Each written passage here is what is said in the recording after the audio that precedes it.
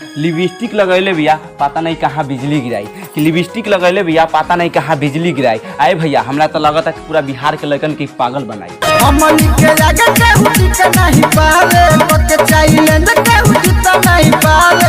हमनी के बारे में सोना सयरवा जाने ला पूरा। ई शायरी हुई पी बिहारी से जले वाला खातिर मत पड़ो बिहारी के पीछे रे कि मत पड़ो बिहारी के पीछे काहे गोलका कितना बढ़ जा रहा रहेला लमका के नीचे बुझाइल।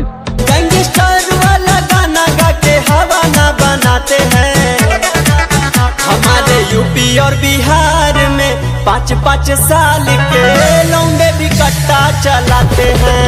हमारे यूपी और बदनामी न हो जाए चुप है यही बात के डर से कि बदनामी न हो जाए चुप है यही बात के डर से। अब बबनी बिहार से उठा के ले चल जाएंगे तेरे घर से।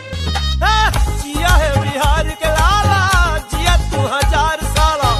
सुन रे बेटा चैलेंज मत करो यूपी बिहार वाला से काहे कि यूपी बिहार वाला तहर बाप है। सुन रे बेटा चैलेंज मत करो यूपी बिहार वाला से काहे कि यूपी बिहार वाला तहर बाप है। आते हम के आंख दिखावा तारे हम तुमके पाट बढ़ावा तारे। तो सुन चीर देम तो सिया न पेबे फाड़ देम तो जुरा न पेबे कि चीर देम तो सिया न पेबे फाड़ देम तो जुरा न पेबे। अब बबुआ पुरानका जमाना के ना नयका जमाना के बिहारी है।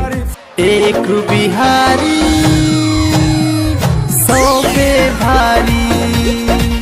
तू अपना बाप के पढ़ी तो हम अपना माई के लडला बेटा है कि तू अपना बाप के पढ़ी तो हम अपना माई के लडला बेटा है। अब अभी हम बिहारी है तेरा बाप के नौकर नहीं।